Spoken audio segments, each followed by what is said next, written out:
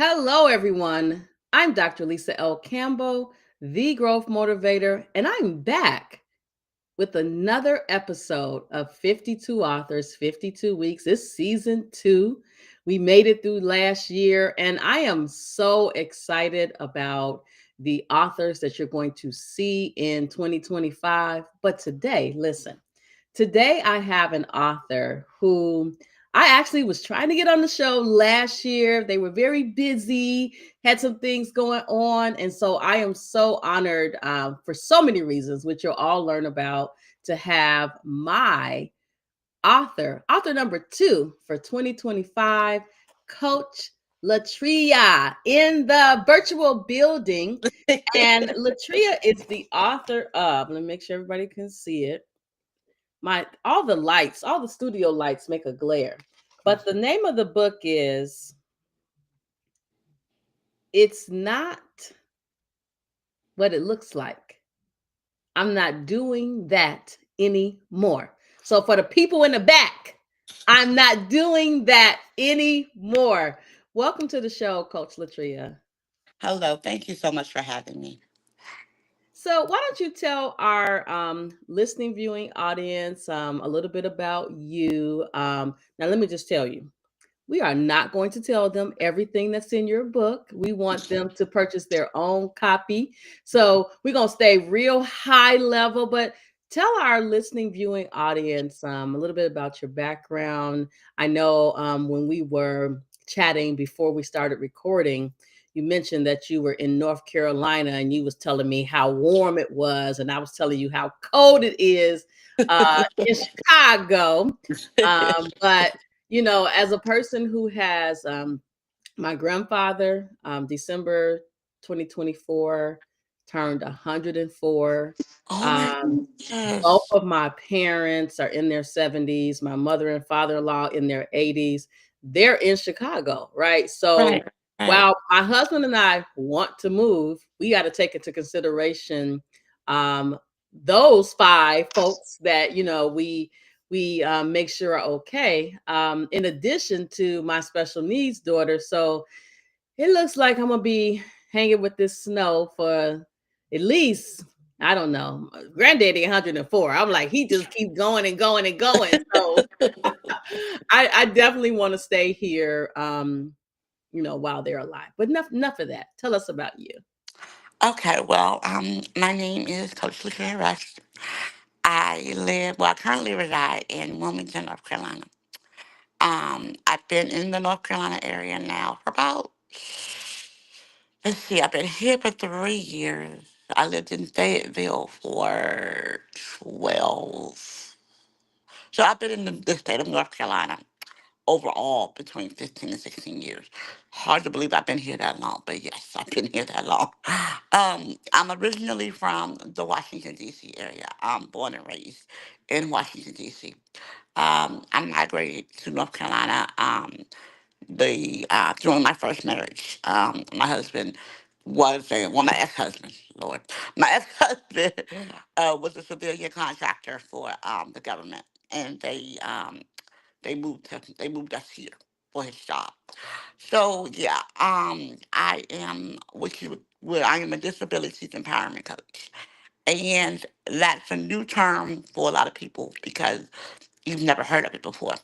So what a disability empowerment coach does is I empower, motivate, and encourage people with disabilities to live above the limits of society, the limits that society has placed upon us. Um, as you may or may not be able to tell, I am disabled as well. I am visually impaired, hearing impaired. Just got my hearing aid, yay! I'm visually impaired, hearing impaired. Um, as we speak, I'm actually currently losing my sight, but that's another story for another day. Um, let's see what else. What else? What else? I have a 19-year-old daughter. As of yesterday, she turned 19. Let's see what else. Due to my disability, I was born with a rare genetic chromosomal disability. Well, not disability, chromosomal. And I always get caught up with the right words to say because I never want to be, I don't know, I don't want to be crass about it, but disorder. We'll go with disorder for lack of a better word. It's a chromosomal disorder, and it's called Pfeiffer syndrome, and it's spelled Piffier. I would say it is it is a cluster of well, it's in a cluster of what you would call a facial deformities, and I don't like the word deformity because that says that there's something wrong with my face, and there's nothing wrong with my face. It just doesn't look like your face, but there's nothing wrong with my face. It just doesn't look like yours. But I digress. And with Pfeiffer syndrome, what happens is in most cases, oh, you're gonna see me wipe my eyes. My eyes, I'm not crying because people always think I'm crying. I'm not crying. I just want to put that out there. My eyes just have a tendency to water. But I digress. Um, with Pfeiffer syndrome, what happens is your your bones don't fuse the way they're supposed to fuse in your body. Like when you're born or when you're being created in your mom's womb, your bones are supposed to fuse in a certain way to protect certain parts of your body. Like the way your hands are shaped, the way your feet are shaped. They're shaped that way for a reason to protect other parts of your body and to make them usable. If your hands were not fused the way that your hands are fused, then you would not be able to use your hands. Case in point, I know a young lady who whole hand, that's a finger. Mhm. Her whole hand is a finger. So that means the bones are fused together, and that's one finger. So that is why it's important that the bones are fused properly. So you have five individual fingers, five individual toes, and so on and so forth. Just a little education fact for those who didn't know what that meant. So in my head, in my brain, my skull to be exact, the bones were not fused properly in my skull. So what happens is when the bones don't fuse properly in your skull, there's areas of your brain that's exposed. Because that's what the concept of the skull is. The skull is to protect the brain. And when the bone is not fused together, then there are areas in the brain that's exposed. Another fun educational fact, you have stems that go all around your skull. And what these stems do is they protect your skull from sitting on top of your brain.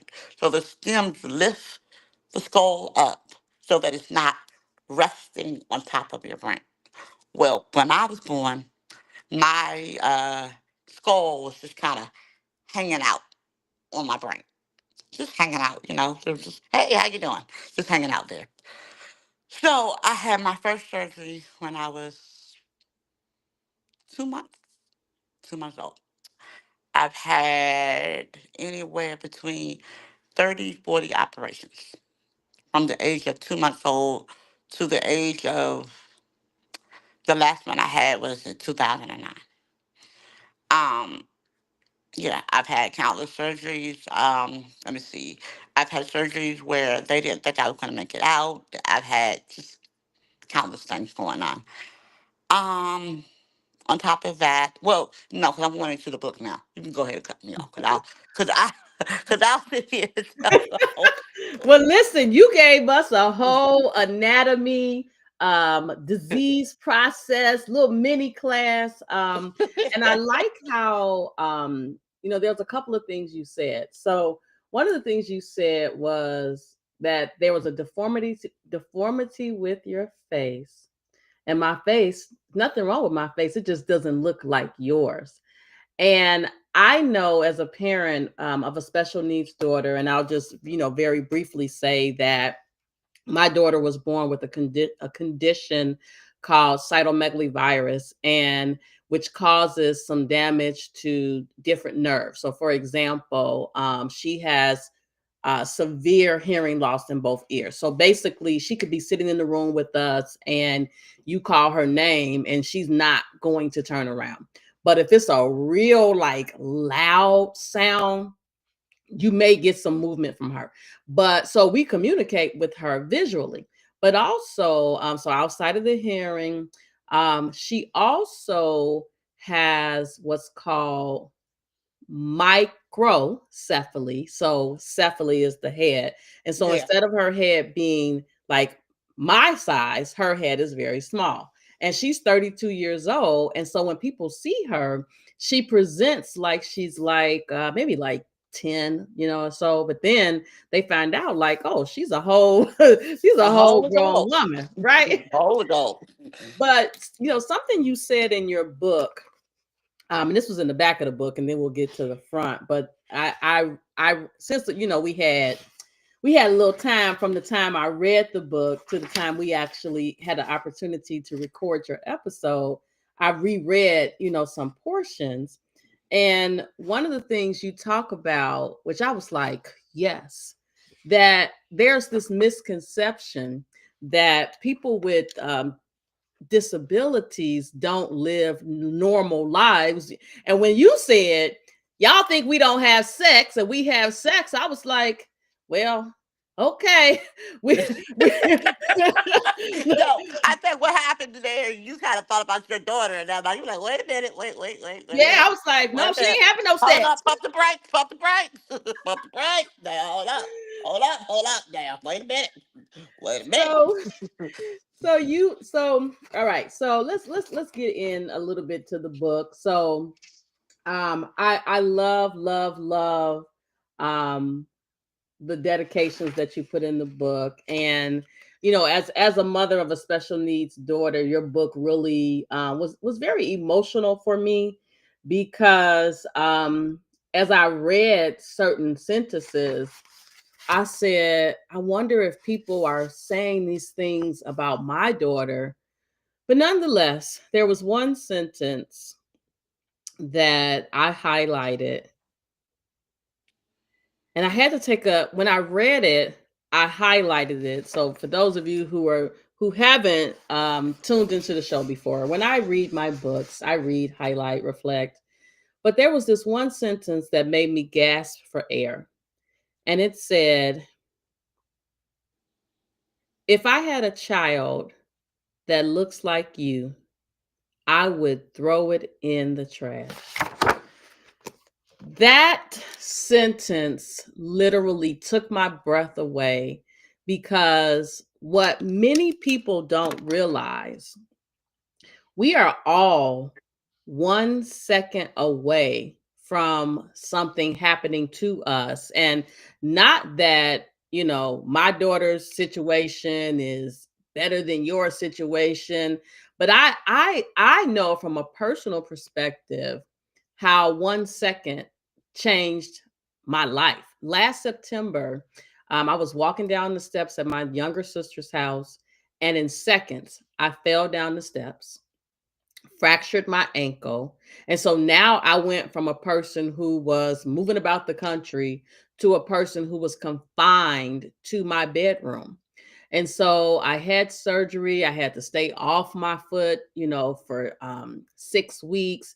Then when I got back on to my foot, I was walking with a walker. And then I went from walking with a walker to walking with a cane. And I was just looking for my cane. This is my cane right here. And so I am going through the process to learn how to walk again without a limp. And it's a very humbling experience. And one of the things that I have to hold on to is the fact that it took my daughter 7 years to walk.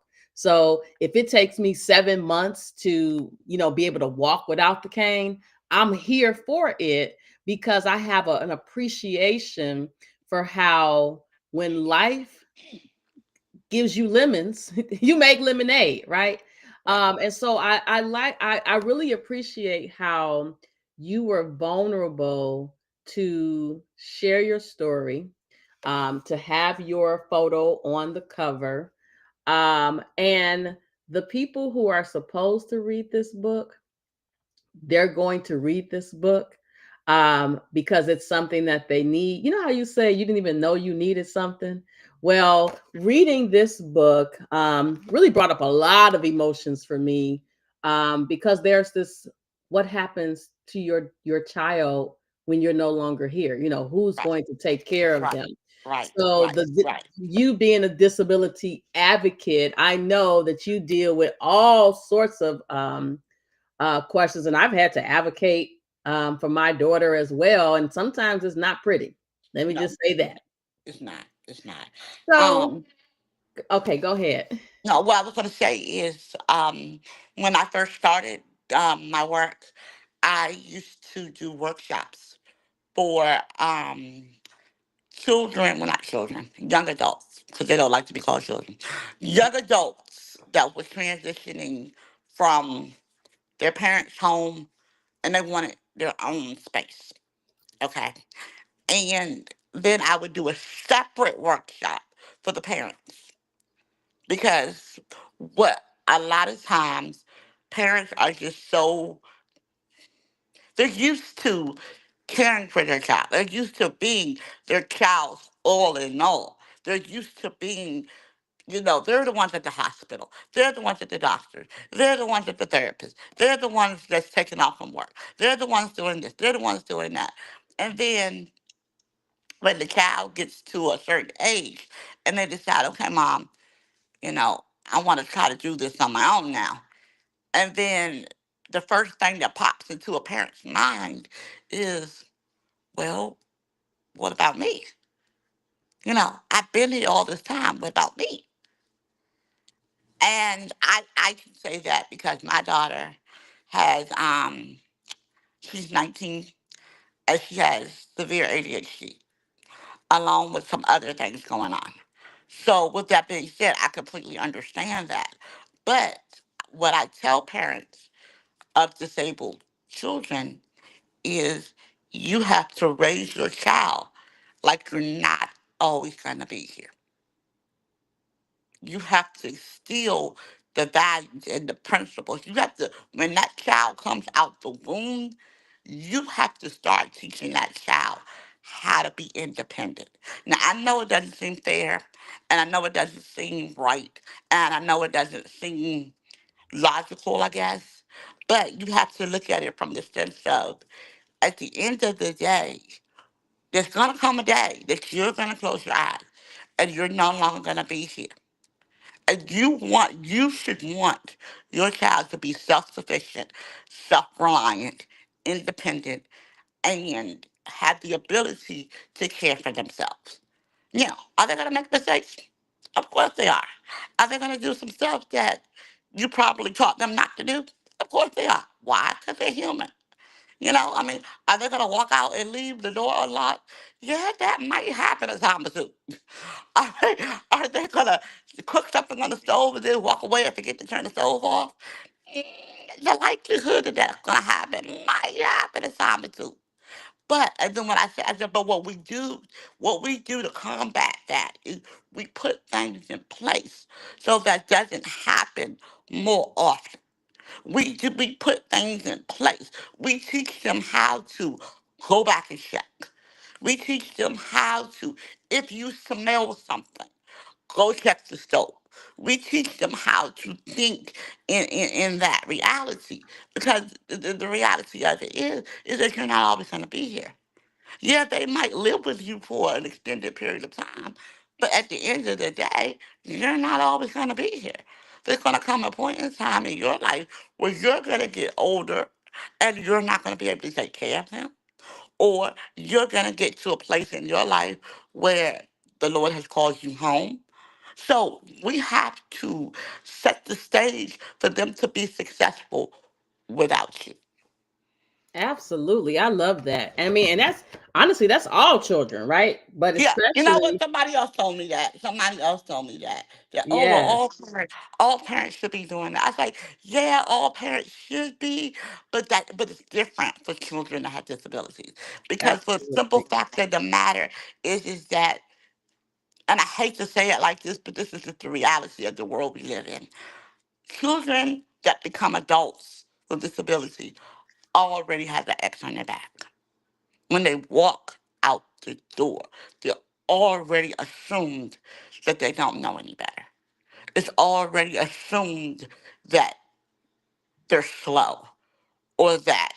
they're easily taken advantage of, or that they don't have a brain in their head. It's already assumed that. Now, your average typical person, is that assumed? No, it's not. But when you are confronted with a person that has a disability, that's the first thing they assume. Oh, well, she's disabled, so yeah, she can't be too smart. And it's Right. so funny. And that's so sad.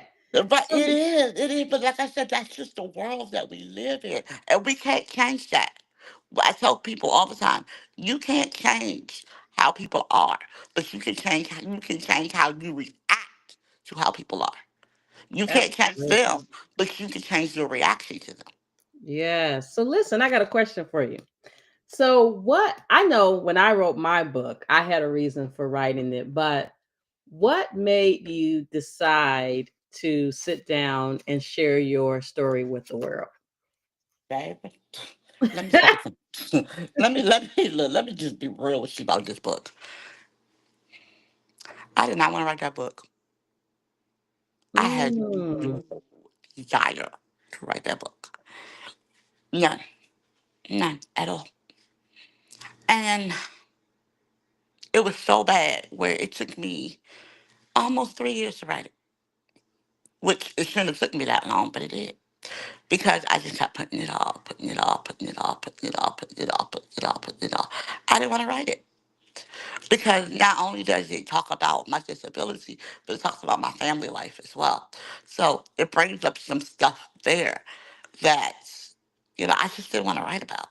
And it wasn't that I was ashamed that I went through it or I was afraid that I was going to hurt somebody's feelings or something like that. No, it wasn't that either. I just didn't want to write about it. So I remember one day I was doing something and the Lord said to me, the Lord said, okay, I told you to write that book.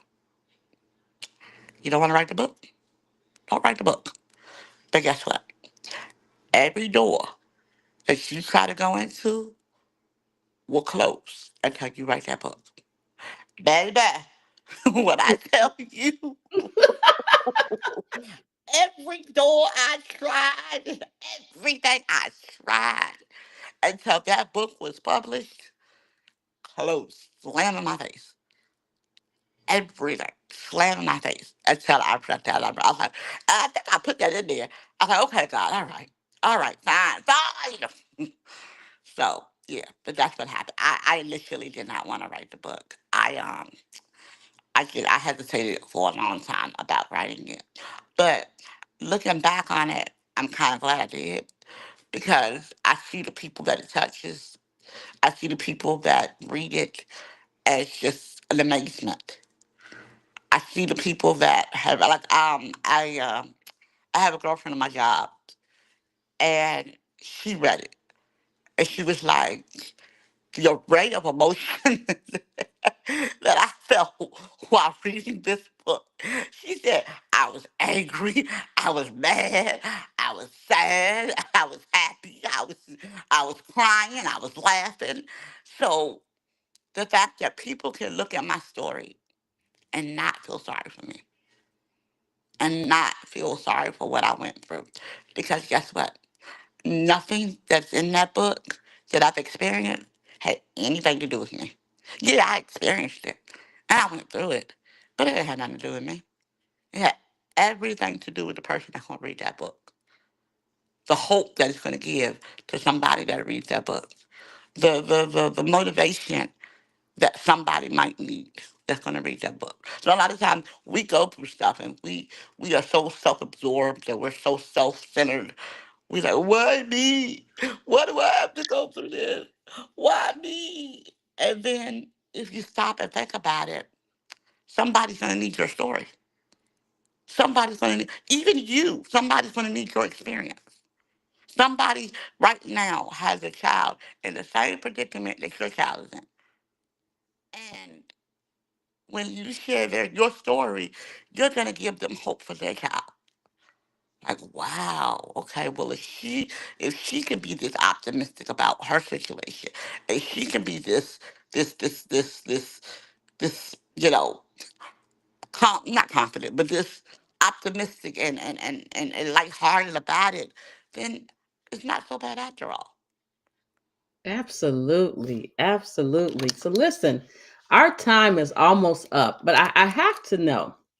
So you reluctantly wrote the book, and then you're glad that you did. And I don't know about you, but for me, it was emotional to write it, but I felt these layers of emotional, spiritual, mental, physical weight leaving my body as Yes. I was writing it. Yes. And then when it was Yes. done, I was like, whoo. And you know something else about books? Books are around after we're no longer here. And Yeah. so our book is part of our legacy. So I have to know, what's next for Coach Latria in 2025? What's next? Well, Coach Latria is working on a number of different things in 2025.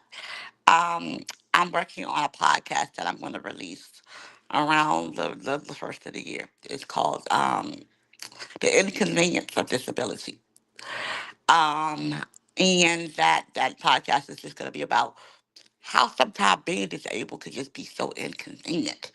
And people don't talk, I mean, it's just the everyday mundane stuff. Like, for example, right now, I want to go to Target. So, because I'm visually impaired as I drive, I got to call an Uber. I got to make sure the Target is open. I got to make sure the Target is at the same place it was. So, just the little inconveniences of being disabled. And I'm going to give people with disabilities a space to talk about that because it's not something else that's talked about.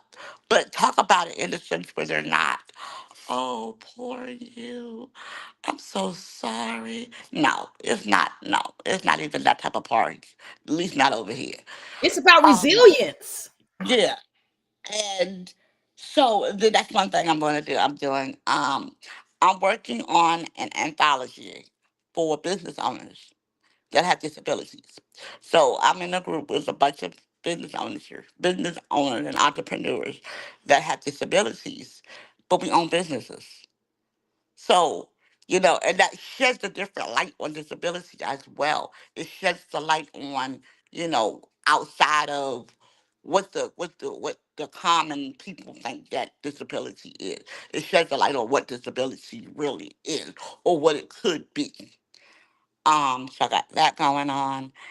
Oh, and I'm going to do, and this is announced on your show. You're the first to hear it. Yay! You're the first to hear it. But I am going to do a sequel to that book. I'm All going to, right. You know what yeah. that means, right? Whenever it comes out, I feel like Oprah. Whenever it comes out, I need to be one of the first readers. Yes, I'm going to do a sequel to that book. I touched on my stint in foster care a little bit in there, but the sequel is going to be about my time in foster care. So you're Mm, you're you're, you're getting the exclusive. I'm You're getting getting the the juicy details first. You heard it here first, folks, on 52 Authors, 52 Weeks. yes, I'm doing a sequel to that book. So yeah, but so those are some things going on in 2025. Well, I love it. I wish you much success in all things that you do. There's definitely a need for you. And not just, honestly, not just people with disabilities, people without disabilities need you because we have this tendency to be, whoa, it's me, right? When something that's really not major happens, but we just, allow it to take us out.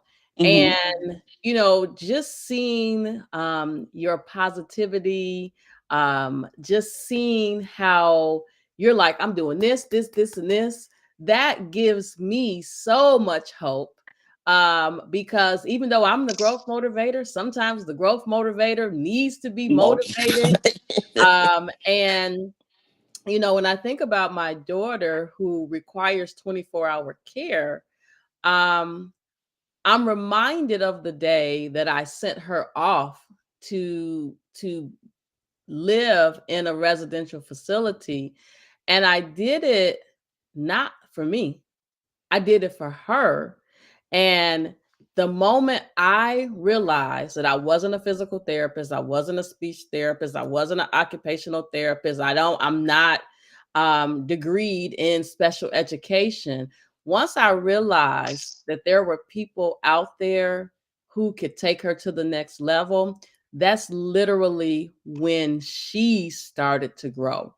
It took her 7 years to walk, and she literally started walking after I sent her to her first residential facility. And I'll never forget when I dropped her off. We had got all her stuff in, and then I was like, forget this. She's not staying here. And I'm like grabbing her stuff to to come back home. And there was a minister there who was a supervisor, and she said, Mom, we're gonna take good care of Jasmine. And literally, she just started to do things that she was not doing at home. When she left me, she was drinking her food out of a bottle with a big nipple. And within weeks of being there, she was eating her food with a spoon. She wasn't doing that with me. And so I had to realize that in order for her to grow, I had to place her in the hands of professionals that were skilled in doing that. It was one of the hardest things that I've done in life. The hardest. Yes, you know what? That's a word right there. That's a It was word. hard.